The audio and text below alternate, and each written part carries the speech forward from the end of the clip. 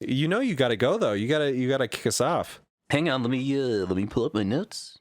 All right, here we go. Let's get this a little closer to my face too. Last time on Eric Hates Dragon Ball Z, Goku finally got to the end of Stick. Do you need my help?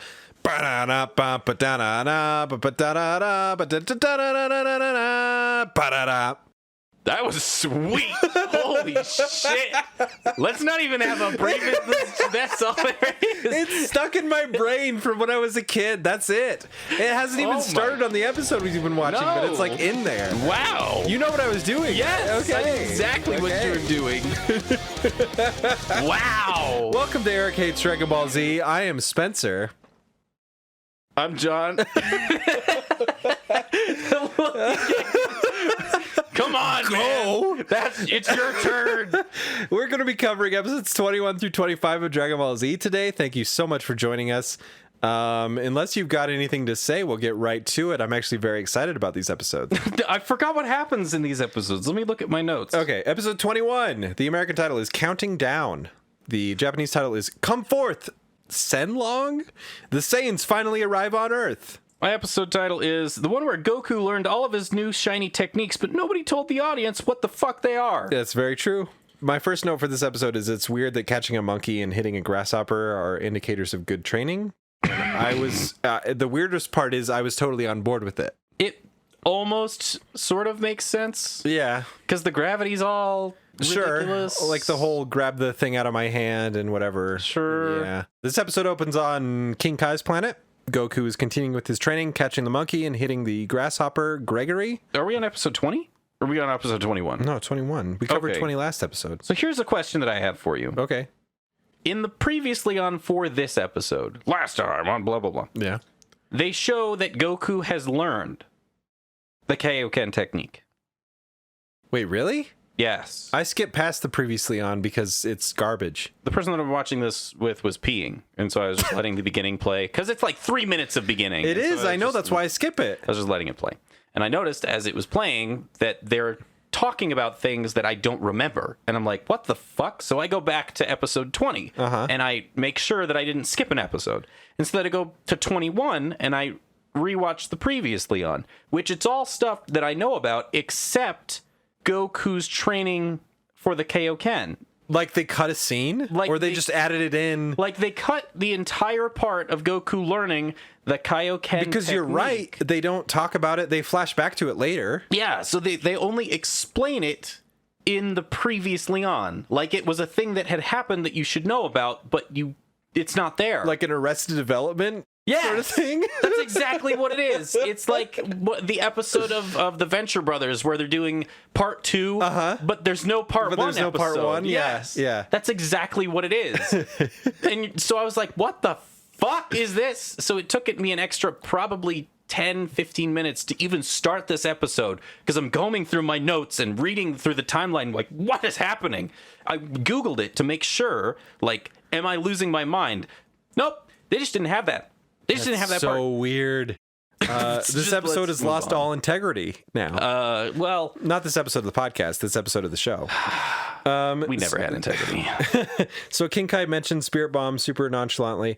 He says use it only once. It's a super special secret move that Yamcha shouldn't use ever. And just him though. And it should only be used once no matter what. It requires an amazing amount of focus. If you fuck it up, you could explode the planet. Yep. You alone should be using this technique and no one else ever. Yeah. And basically, just so everybody's on the same page, Spirit Bomb is a energy harnessing technique that takes energy from the people and all the life forms and the planet itself on whatever planet you're on. Here's a little bit of Dragon Ball lore. It's called the Genki Dama. Oh. In Japanese, and it means health energy ball. Okay. Is that what it's called? Yeah. The move, the Spirit Bomb is called that. Yeah. Okay. And so you're literally taking the health and energy from the living things around you and concentrating it into a bomb of pure concentrated health essence. And using it as a weapon. Bingo. So that's what the Spirit Bomb is. Despite King Kai saying use it only once, it's going to come up again. So... Okay, so it does that, and then it cuts back to Earth. It cuts to Master Roshi on the toilet. And there's like 17 double entendres about him pooping. So Goku is trying to tell Master Roshi, hey, it's time to bring that's me right. back It's from the time. dead. Use the Dragon Balls that you collected. Wish me back. I'm ready. Right. I've trained. He's using King Kai as a cell phone. He puts his hand on King Kai's back. King Kai realizes, oh, so I told you the Saiyans are going to arrive in 88 days. Yes. But I didn't factor in the amount of time it's going to take you to go back on Snake Way to get to the entryway to the other world. So it's go time. Yeah. So Goku's going to end up being a little late to the Saiyan fight because King Kai, the omnipotent godlike being that he is, doesn't have a fucking account. watch. Yeah. He didn't account for like anyway, fuck it. So Master Roshi's on Earth. Goku communicates to him through King Kai, hey, use the Dragon Balls to wish me back. After a bunch of stupid ass toilet humor, Master Roshi's like, okay, there's so much. The episode's packed with it. Because it's Master Roshi sitting in a toilet, and then everybody else at Kame House is standing outside of the toilet. No one can hear King Kai or Goku, rather. Right, they just hear Master King Kai Roshi into Master Roshi's head. They just hear Master Roshi responding, and he's saying things like, "It's gonna be messy business." But when it's over, it'll be such a huge relief. Yep. Stuff like that. Yeah. And so we're just going to pass right past that. Barrel on through that one. So before Goku leaves, he's got so he gets, even when he's wished back, his halo goes away. He's still on King Kai's planet. He's got to run the length of Snake Way, reverse back to King Yema's sort of check-in station, his office, his desk, where he can get back to Earth, and then he can get back to the Saiyans. Right away, I have a question. Sure. Issue, problem, inquiry. Oolong actually had an awesome idea. Yeah, so Oolong's the pig in Master Roshi's house with Bulma, and yeah. Oolong's one of the pigs in Master Roshi's house. One of the pigs. What was Oolong's idea? Oh, fucking, is this the episode where they mentioned that? Where Oolong Yes. is they summon Shenron to bring Goku back to life. Yeah, and it's fucking badass. Yes. It will never look this badass again. It's an amazing scene. Yes. Like, it takes a long time, and it's just, like, ominous and foreboding. It's never like that again. Just FYI. It's the glorious, this is the title of the show. We're gonna pump this up and make it look real nice and pretty. It's cool. It's like a worldwide phenomenon where everybody's like, what the fuck is happening? Yes, everyone all around the world. And Oolong asks the dragon, could you maybe please just kill the Saiyans on their way to Earth? Loved it. One of my favorite moments in the show because it answers a huge, like, it fills in a huge plot hole that will permeate throughout the rest of Dragon Ball Z as a show. Yes, and Shenron says that exceeds Kami's power. So we're getting a little bit of Dragon Ball lore here, where the Namekian responsible for creating the Dragon Balls, the dragon that comes from that, can only grant wishes that are within the creator's power. Yes. Well, we don't know what Namekians are yet. We don't. We know that Kami created the Dragon Balls, and anything that exceeds Kami's power cannot be wished with the Dragon Balls. Yes. But here's my question. Why doesn't Kami just bring Goku back from the dead then, if that's still within the Dragon Ball power? How come Kami isn't the guy who just like, interesting, now you're back alive, motherfucker? I in the defense of the show, that's a brilliant question, but we don't know what within the limits of Kami's power means. We it don't could really be know what he can Kami age 20. You know, like when he was at his peak. Kami in this show so far has been days from death. So Kami's living out his glory years in high school through these Dragon Balls. Everybody thinks he's this awesome figure, but instead he's just some old dude. He can't get anything done. Yeah, and the real question is when did he make the Dragon Balls? What power did he have when he made the Dragon Balls? Because that's what Shenron is capable of doing. Yeah, he's not granting wishes through Kami. He's granting wishes through to the extent of Kami's power, capacity, but when is the question. When, yeah. So, as a fill in the plot hole as a viewer sort of thing that the show should have done, that's one possible explanation. So they bring Goku back. They do. They bring Goku back. Goku's halo vanishes on King Kai's planet, but he's still on King Kai's planet. They don't teleport him.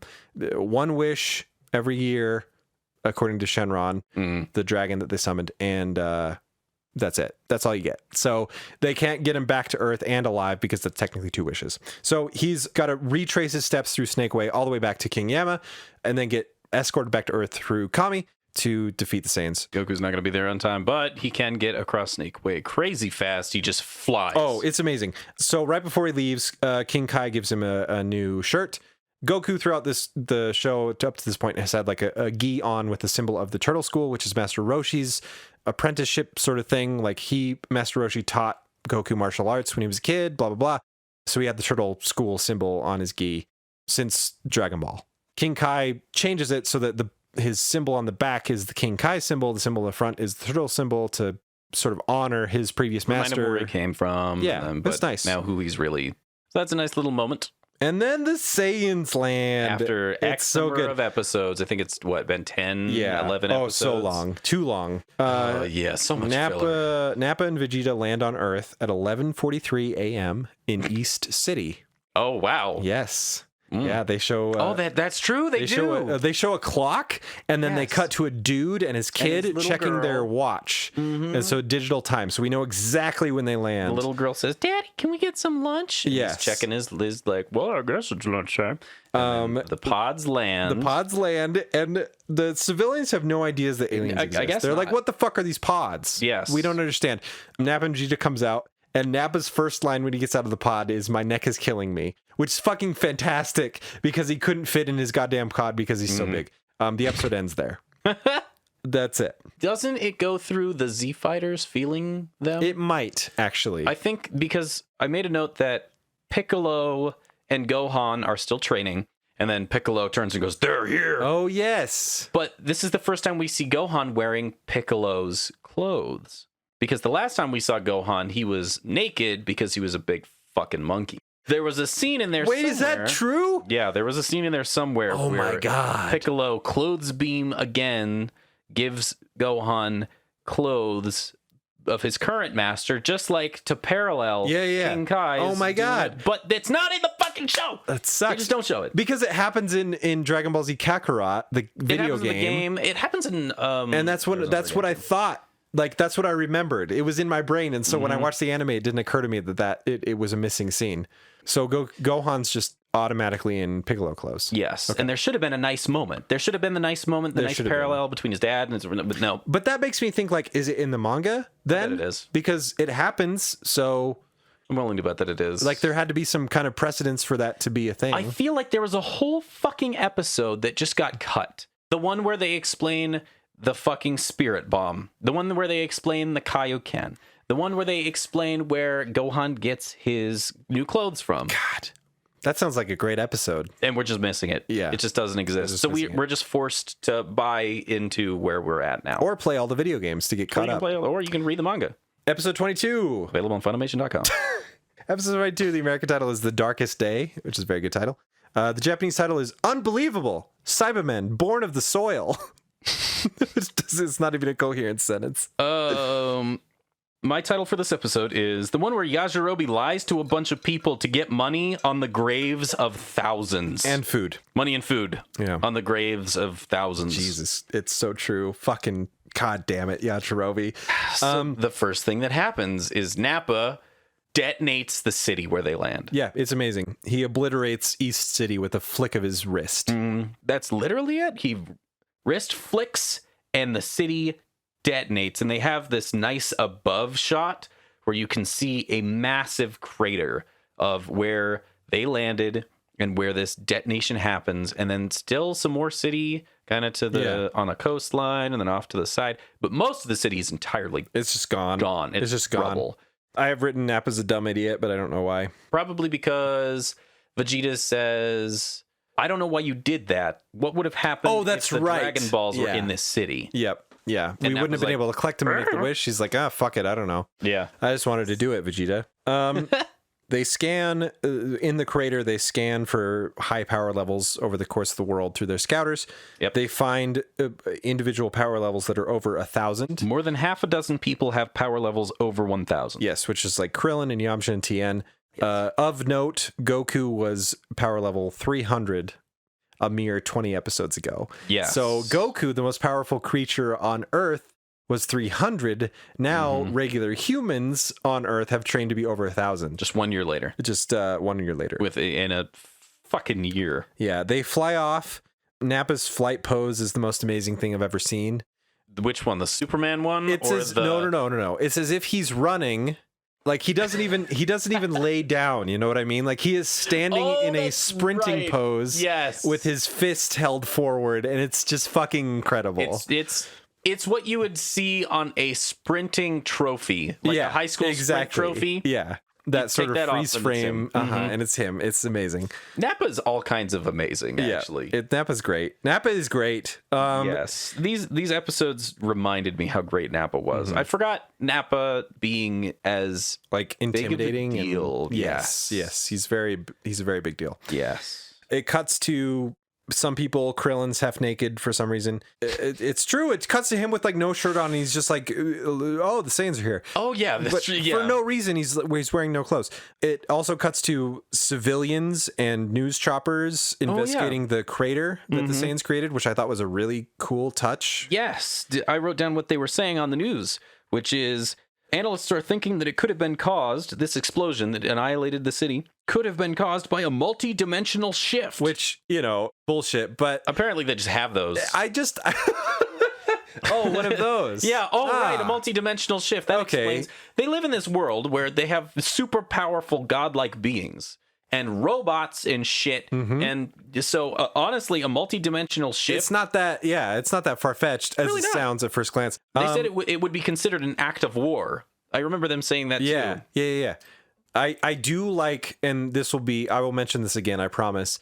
I like that the show involves the entire world. Yeah. I like that the show just doesn't keep it concentrated to the main characters, because they actually try to make it a little bit more realistic in involving like civilians and how the world would react to the things happening. There's a sense of depth because it doesn't just follow the main group. It doesn't just follow Goku. It doesn't just follow Goku's friends. It follows everybody that they've interacted with, everybody that they've never interacted with, the world that goes on around them. It's a whole living ecosystem. This ecosystem that you get to take a look at, and they take time. Toriyama takes time to make it feel like it's existing with or without these champions brawling it out. It doesn't make it feel real because it never feels real. Right, but it's cool. It feels more believable. Yes, it's more lived in. Alive, yeah. It's more of an ant farm than a simulation. I like it a lot. During that scene, there's an excavator bot that looks like Gohan's robot friend, which I thought was really interesting. Oh, yeah. It was cool. The police chief is a mustache dog man. No comment other than that. He's a dog. He's this anthropomorphic dog man. And he is barking orders literally at everyone. Maybe that's why he's a dog. Yeah. I don't know. He's seriously barking orders at everybody. Yajirobe shows up. And I still don't understand the point of this man. Yajirobe shows up and walks over to the pods and is like, that's bad news. And the dog's like, hey, this is a crime scene and shit. What are you doing? Yeah. You should leave. And Yajirobe's like, don't you understand? This means the Saiyans are here. The dog's like, no, really, you got to get the fuck out of here, man. This is nuclear blast zone. And Yajirobe says, I can prove that these are alien spaceships. And the doggy, he calls him Inspector Bonehead. Yajirobe calls the dog Inspector Bonehead. And I guess, apparently, nobody had investigated the only two things that remained in the entire fucking crater. Because then the dog goes, you mean those weird ball-shaped things? Yeah, we ignored those. Yeah. The 100 radius of miles of nuked ground, we've been patrolling that, but then the two balls in the center of it were just kind of like, meh, whatever. It's probably fine. It is. Yep. They actually do take an interest in Yajirobe and his knowledge. They like sort of compete for his first scoop. The news anchors do. It's because he knows the inside, what's really going on. The inspector sort of chimes in on the bidding war with you can have this badge. It's not money, but it'll get you free donuts, which is hilarious and horrible. Yes, the person I was watching it with was like, so impersonate a cop. Yeah, exactly. After that, it sort of cuts to still frame paintings of wildlife for some reason. I can't really remember why. What? Like it shows like 3 separate collections of dinosaurs and birds or whatever. I think just reacting to the Saiyans being there. Help me out here. It cuts to Piccolo and Gohan? Yes, Piccolo and Gohan out in the middle where they were training. Just standing there because Piccolo believes that the Saiyans will be heading towards them, the strongest power levels on the planet, which means Gohan is stronger than everyone else. Yes. But while they're sitting there saying that, Piccolo's like, holy hell, there's a super powerful power level headed our way. I can't believe it. It's so strong. And Krillin lands next to him. You're like, hey guys, what's up? For a second, Piccolo thought that Krillin was a Saiyan. And I gotta say, as somebody who admires Krillin and has seen Dragon Ball Z Abridged, I'm glad that he's not just a punching bag. Like, he legitimately was mistaken for a super powerful being from another world because he's trained so hard this last year. Yeah. So congratulations to Krillin. Sort of. That's all I wanted to say. Don't take this away from me. No, okay, no. Yep. Congrats, Krillin. You did it, man. The Saiyans land in front of Piccolo, Krillin, and Gohan. They sort of go on a monologue spree. This is the first mention of the planet Namek. Yeah, they say, "Oh, what's a Namekian doing here?" Yeah. And Piccolo has this identity crisis. I never felt like I belonged, but I feel like I belong on Namek. Like, I know it's true. I know it's true. Yeah, the things that he's saying, they're super true to me. Kami didn't know either, but I guess it makes sense because they're like sort of the same being. Yeah, I suppose I don't know. Anyway, so they find out that Piccolo's an alien, not a demon. So the Saiyans have landed. The aliens are here. They send a bunch of news choppers into the scene, and you can see them. One of them has the registry number NCC-1701. Are you serious? Yep, 100%. Oh, that's awesome. It's the Enterprise. That's amazing. It was very cool. So the news crews are all there watching. And Nappa gets sick of it and blows one of the helicopters up. He does. And then they scatter. Then Nappa calls Krillin and forgive me, I'm just quoting him, a midget, which probably don't call short people midgets. Nappa's like, oh, we got to play with our prey before we, devour this planet. We're going to use these seeds, plant them in the ground, and they can fight them. And then Cybermen show up, which are these ugly little tiny green creatures that are super gross and weird and like gremlins. Luckily, they don't sound the same way. They don't sound the same way as they do in video games. Yes, which is just, I don't know where that came from. It's super annoying, but in the anime, they are much more tolerable. They seem annoying, but also somewhat menacing. Versus in the games, they just are annoying. Yeah. They're not menacing at all. They're obnoxious. There's like... like that? Yeah. Thanks for that. I can't even do that. Whenever I do the breathe in tone, I sound like a robot. And I can't stop now. That's kind of amazing. The episode ends. It pretty much ends there. Krillin makes a comment about at least I'm taller than they are, which is true, but irrelevant. Yeah, I guess Krillin has always had a thing about his height. Yeah. Krillin and Gohan have a little sidebar where Gohan's like, so you used to train with my dad?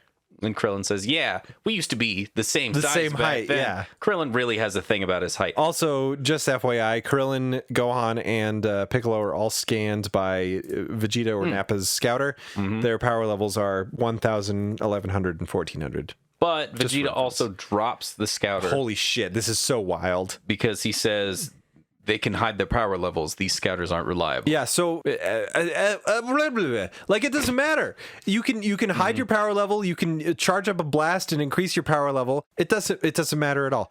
Episode 23.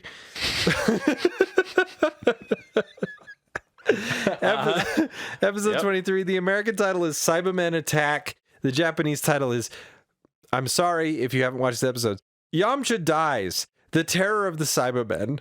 These Japanese titles really just give it all up in the front. Super bad. They really do. Yeah. My title is The Gang's All Here. Nothing terrible could possibly... So the Cybermen are here. They've been planted in the ground and grown up very quickly. shows up. Tien shows up. Yep. Yamcha shows up. Chaozu's shows there. up. So there's 6 Cybermen and 6 good guys. It's 6 on 6. Oh, when Yamcha shows up, he gets his own music cue. Did you notice that? It's like an electric guitar.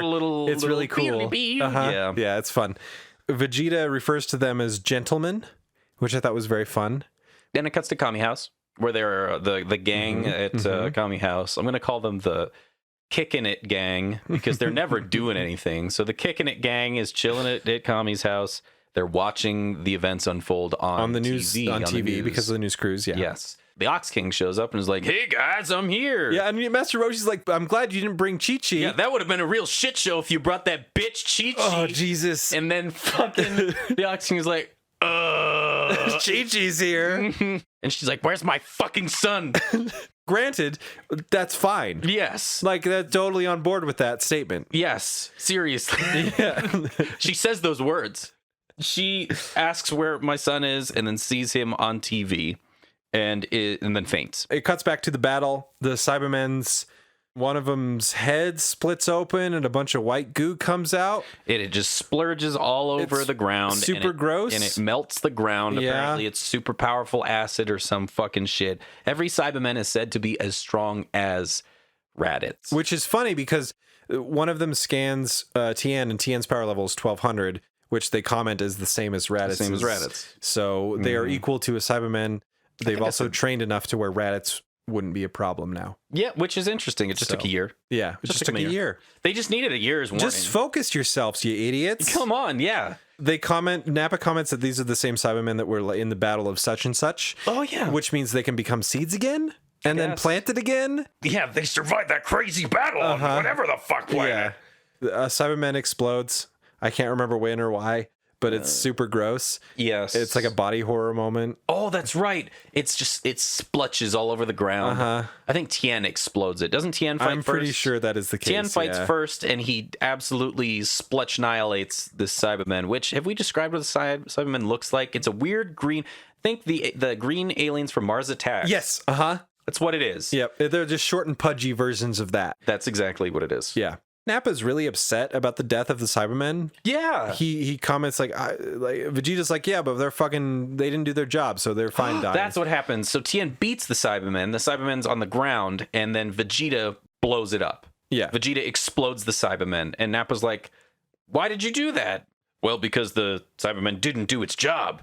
And Nappa says, but it was alive, though. Yeah, like suddenly has empathy for things that are on his side, even though he just desecrated East City 20 minutes ago. It's insane. It's honestly kind of nice for that level of like this interesting level of depth on the bad guy's side, because it shows they have a certain level. It's lawful evil. Yeah, they view life forms in a certain pecking order. Yeah. And things are ants and things are dogs. Sure. If you kill an ant, nobody blinks an eye. Exactly, if you kill a yes. dog, Yeah, exactly. yeah. Vegeta just killed one of the dogs. So there's a shot where like Nappa's deleted the news crews from existence, right? So how are Master Roshi and Bulma and everybody watching the news? There's a shot where they show the landscape, and there's like just like this lens flare off in the distance. Oh, that's right. And it shows that was and then it nice. zooms in. It shows the camera. It's very nice. There's a news crew like ducked and hiding, sort of trying to get what they can, which is very cool. It's interesting because after that, the camera has trouble holding the signal. It sort of fuzzes in and out because of all the energy that's concentrated in This that one little crazy area, energy. which I thought was very fun. Like it's a cool little lore tidbit. Cuts back to Kame House where Chi-Chi wakes up and sees what's happening and Faints again. Yeah, she does that a lot. Then Yamcha gets cocky after he sees Tien Dude. beats the fuck out of one of these Cybermen. Yeah, I'm just like, don't worry, dude, I got this. And even if I Yes. don't, you can wish me back with the Dragon Balls because death has no meaning and you shouldn't be sad. Yes, he says that. Yeah. Essentially, he says, even if I end up dying, you can just wish me back. Because Krillin was going to go next. Yep. Yamcha goes, don't worry. You've died before. I'm going to go ahead and take this one. And in his fight with the Cybermen, it's actually a learning experience for Gohan.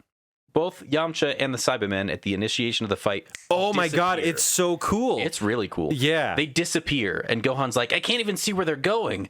And the scene, it's sepia filters, but it's blue. Uh-huh. Only Piccolo and Gohan are in color. And it's a learning moment. It's a learning experience for Gohan, where Piccolo says, don't use your eyes, focus on their energy.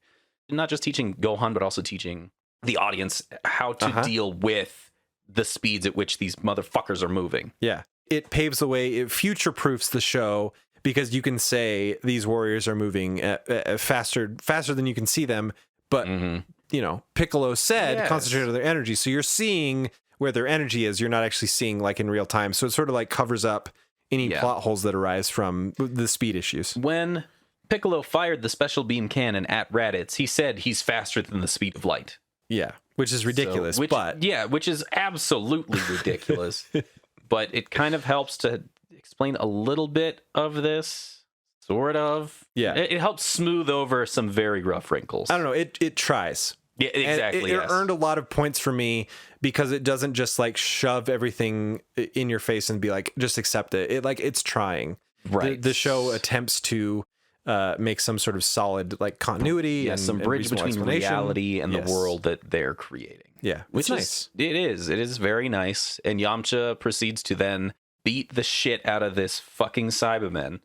The Cyberman hits the floor, and Yamcha's like, "Is that it? I'll take all 4 of the remaining Cybermen by myself." Yeah.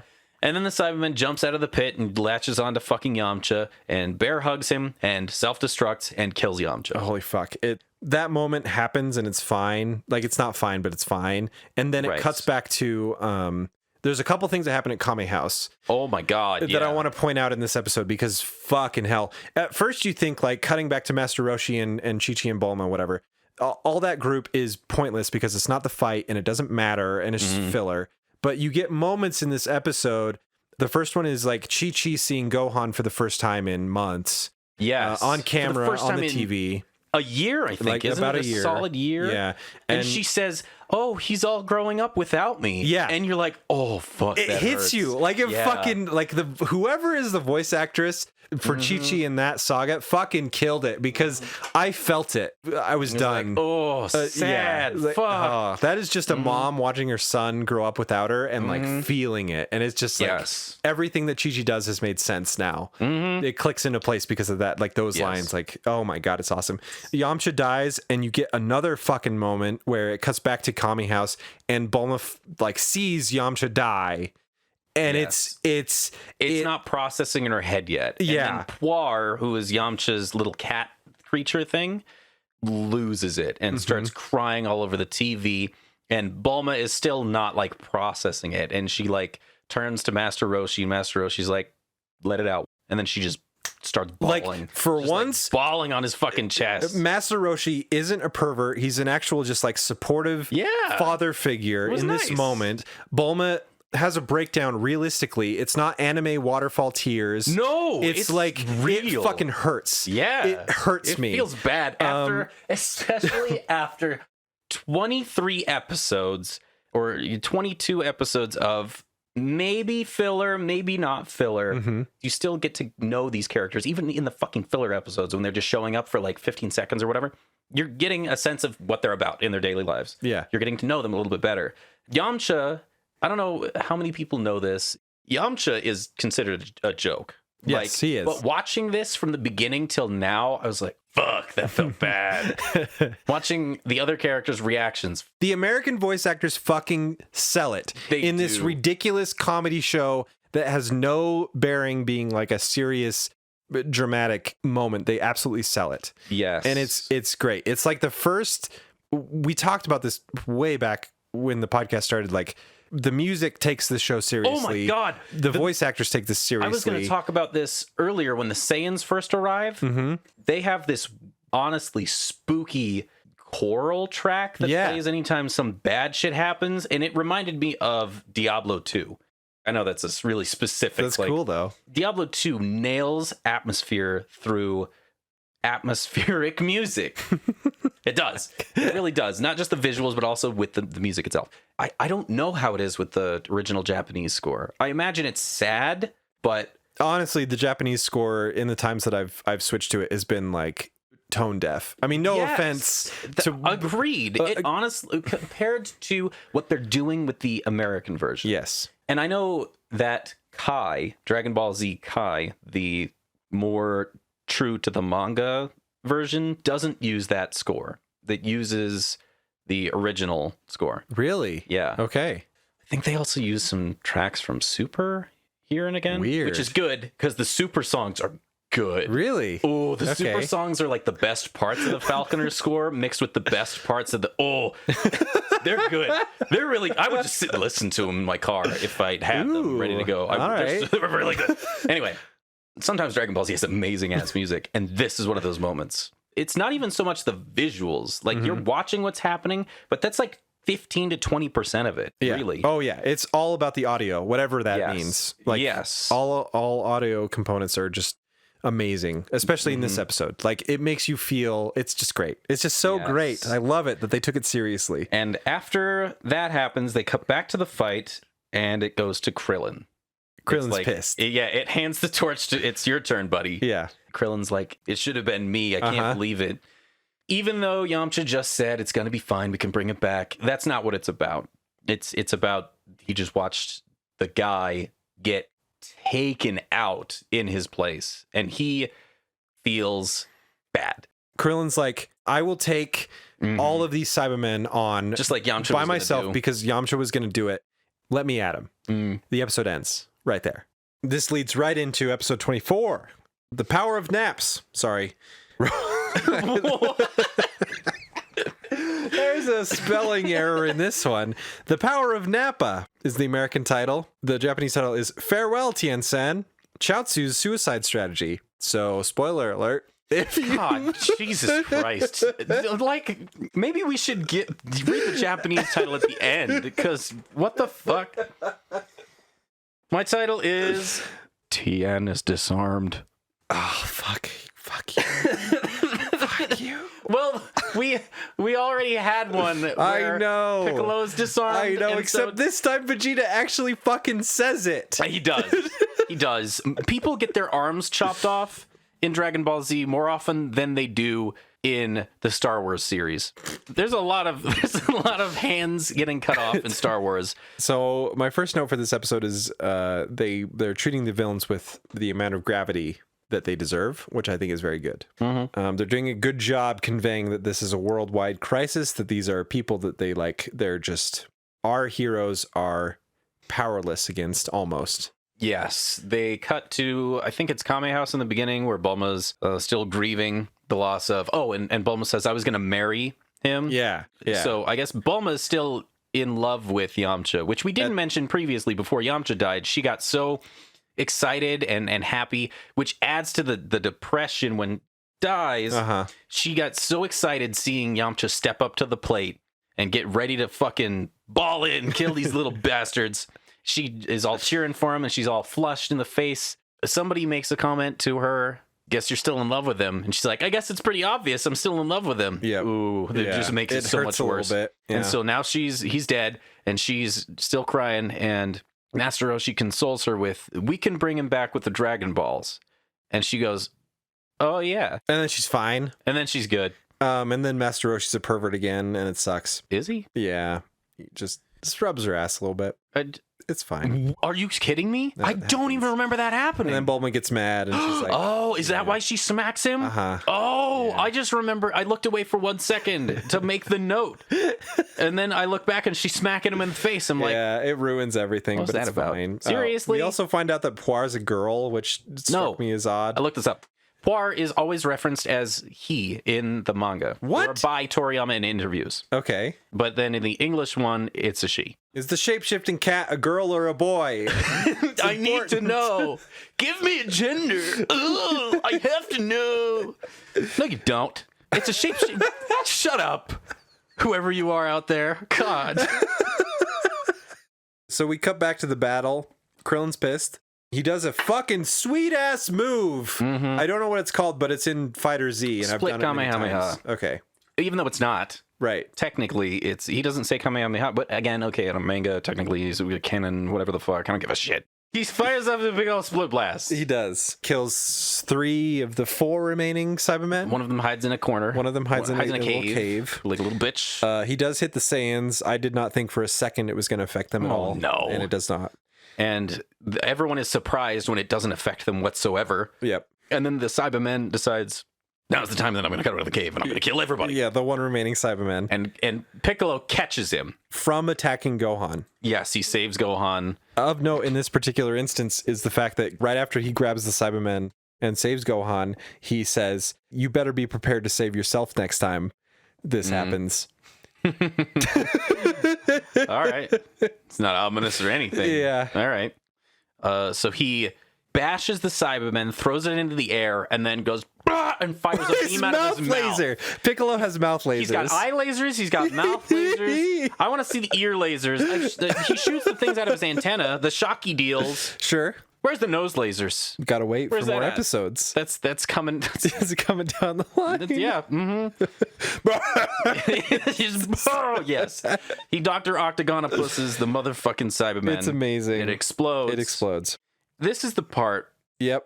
when most people think of Dragon Ball Z. Everybody, you were all correct. As of this episode. Yes, you think of I was thinking yelling. the same thing. You think of the yelling and the screaming as people are powering up for however many minutes, and then they fight. Yeah. If you only watched this episode, you would be correct. Yeah. And it sucks because, well, I mean, it doesn't suck. It's 24 episodes in.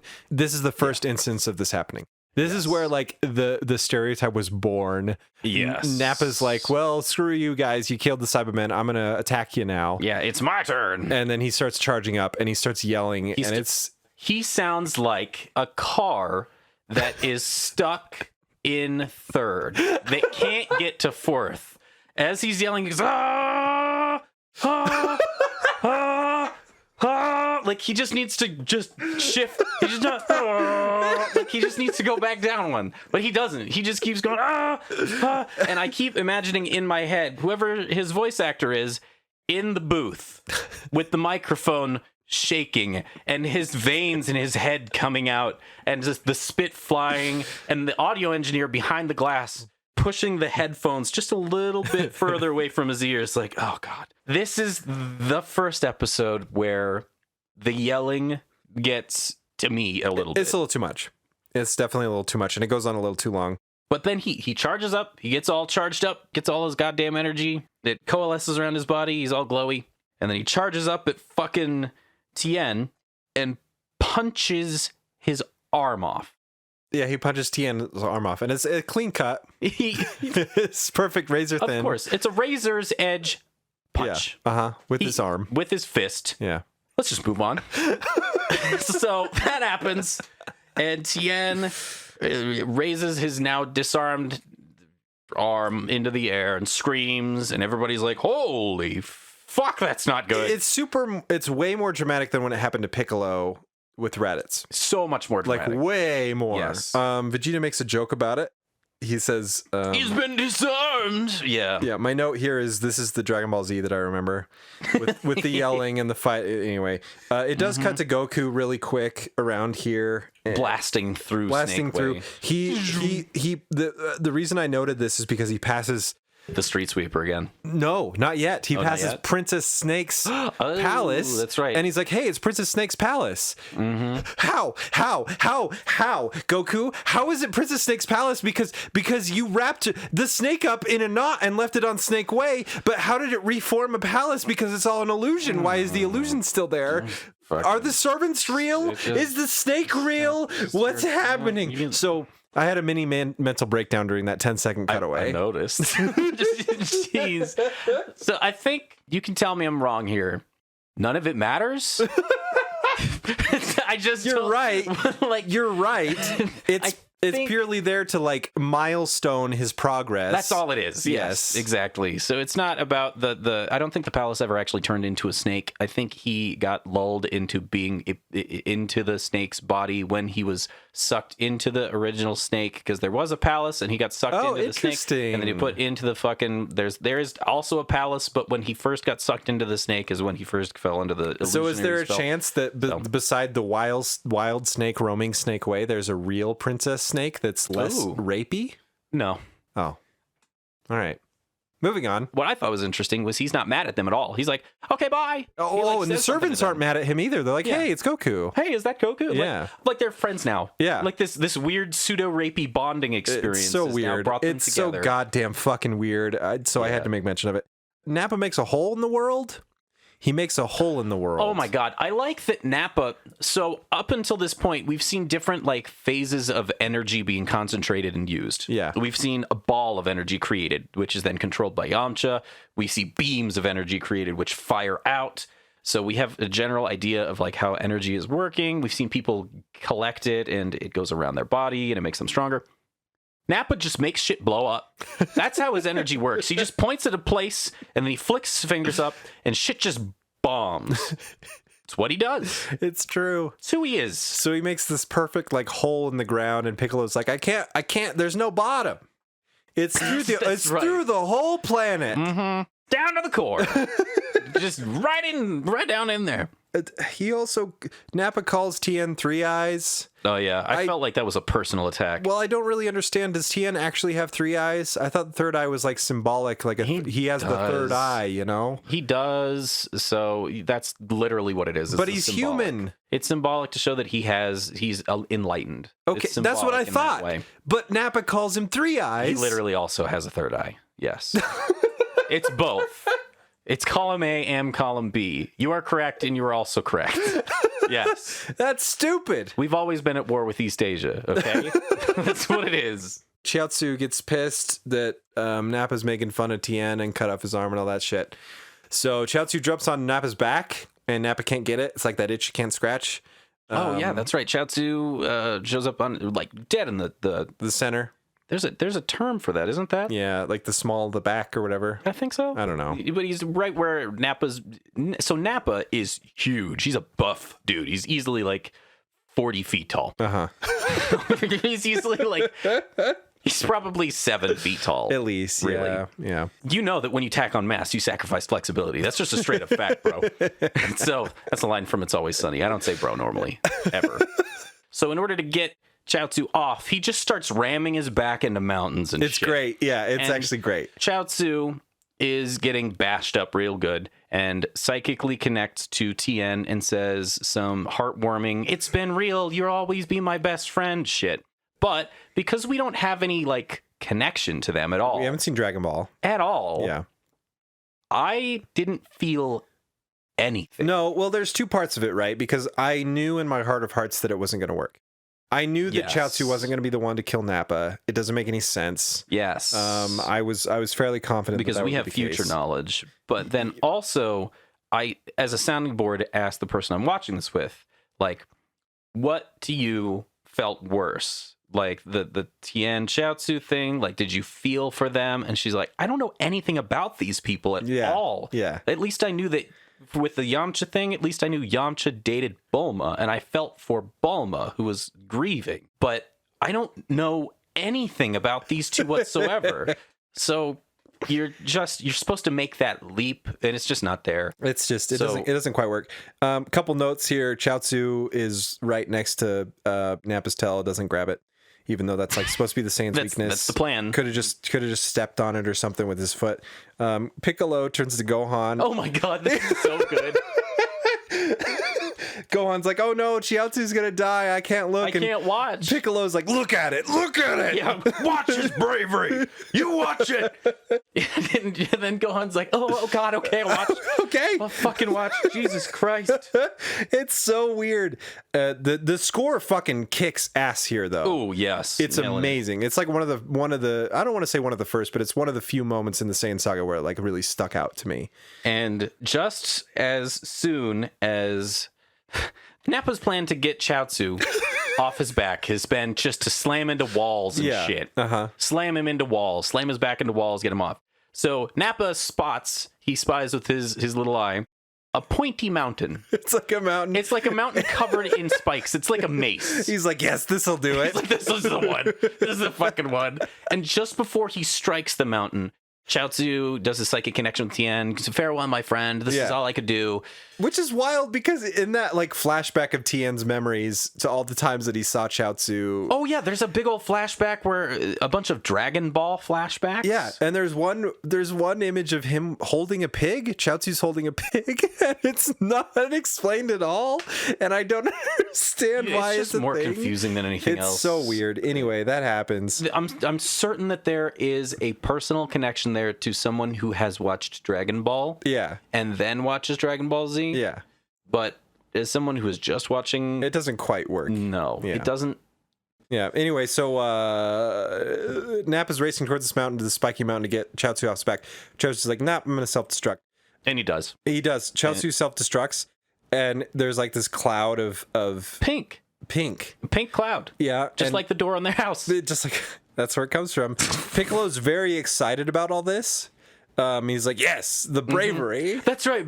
Piccolo turns to Gohan and he's like, you see, Gohan, it's not always about how strong you are. Sometimes you got to use your brain. And the cloud dissipates and Nappa's just like, well, that was annoying. He's still there. His armor's not dented at all. Like when Gohan gave him the headbutt. Gave Raditz the headbutt. He's fine. It's not even like that damaged. It's not nothing. Even Gohan Chaozu can't do anything. No, Chaozu can puff up and explode. Yeah. Yes. And before the episode ends, they make a point to mention that Chaozu can't be wished back because he died once before and was brought back with the Dragon So now Balls. Tien is in grieving mode. Yeah, because Chaozu's dead forever. He has a status inflicted upon him grieving. Yeah.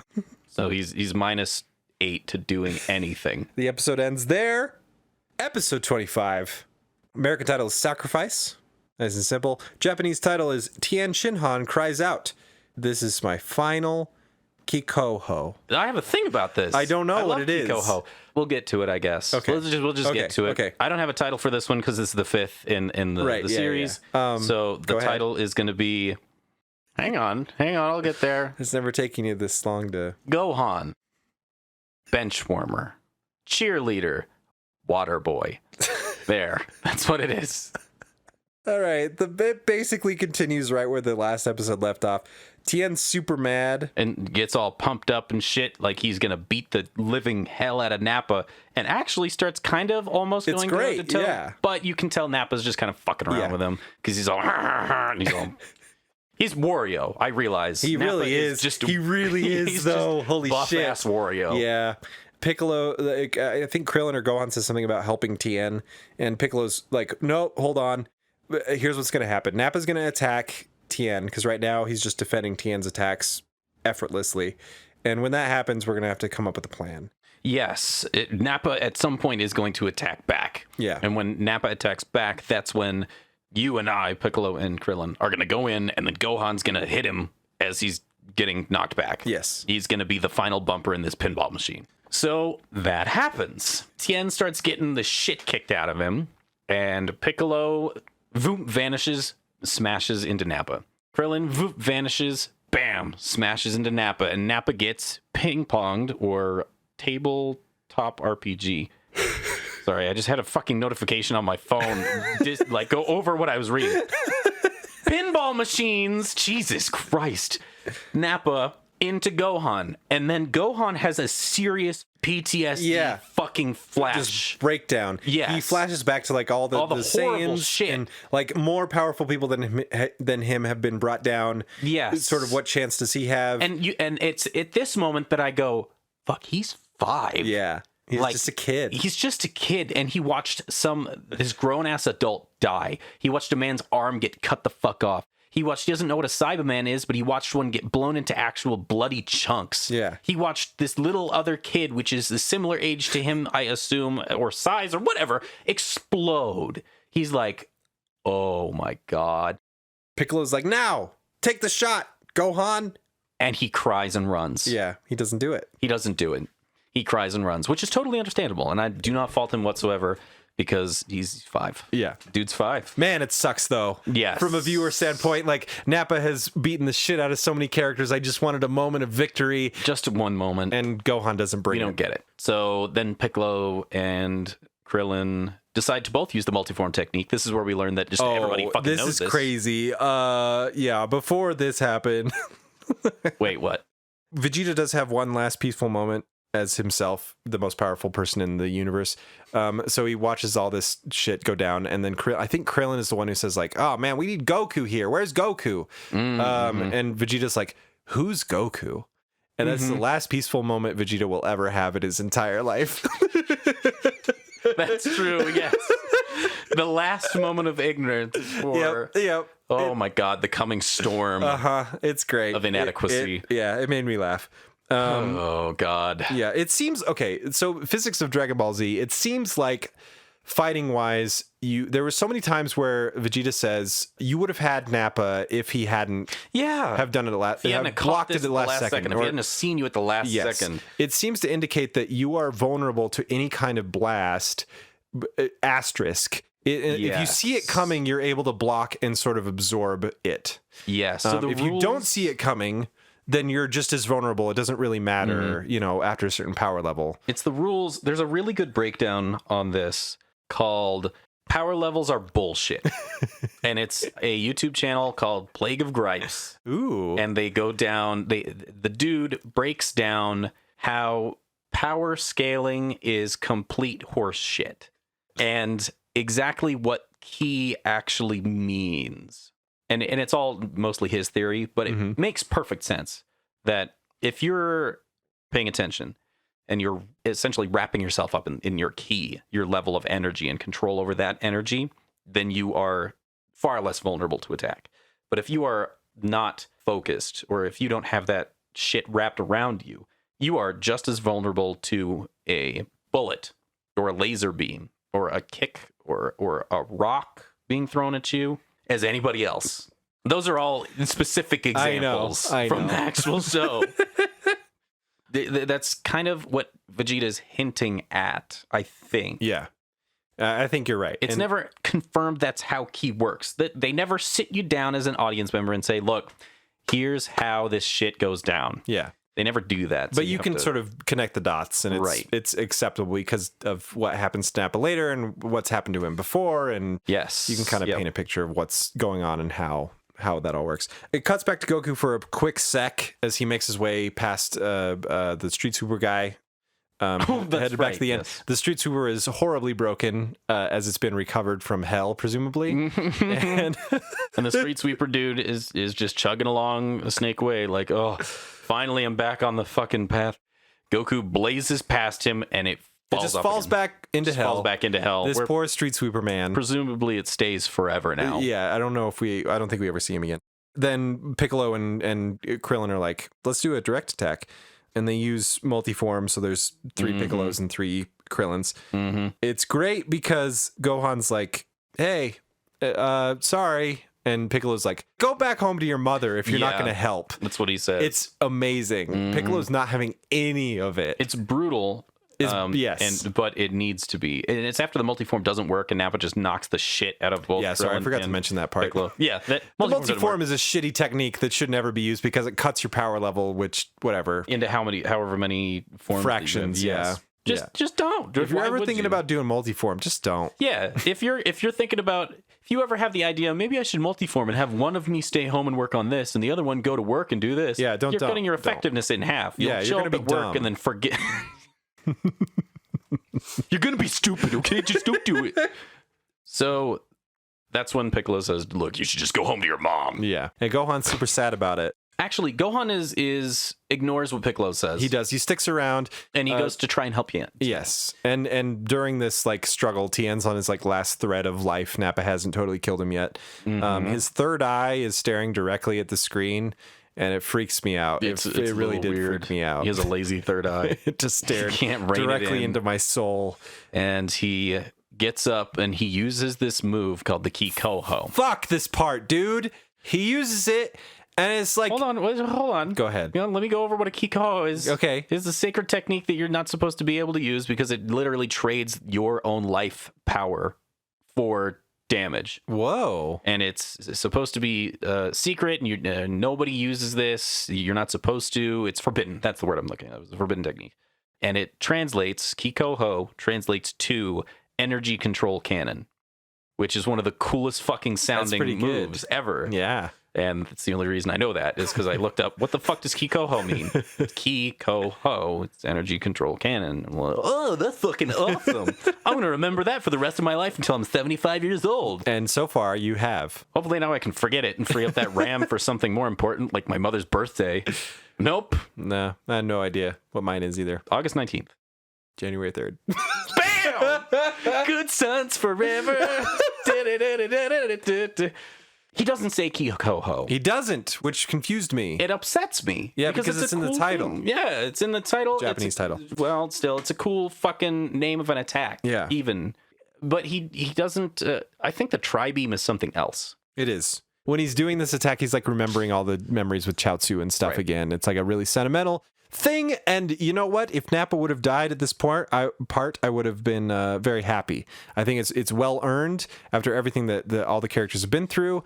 You sort of built up to this moment, had a lot of sacrifice, and you have this extended 30-second kind of build up, this emotional moment of I'm going to do this. This is my last breath. Right. It would have been very appropriate if Nappa had died and Tien had died. Unfortunately, the fucking blast goes off and Nappa's fine. It kind of hurts his armor, though. It does. It destroys his pauldrons. So it's at least worth one angry Gohan headbutt damage. Yeah, I guess so. My notes for this, okay, if this doesn't kill Nappa, I'm going to be pissed. And then my next note is I'm pissed.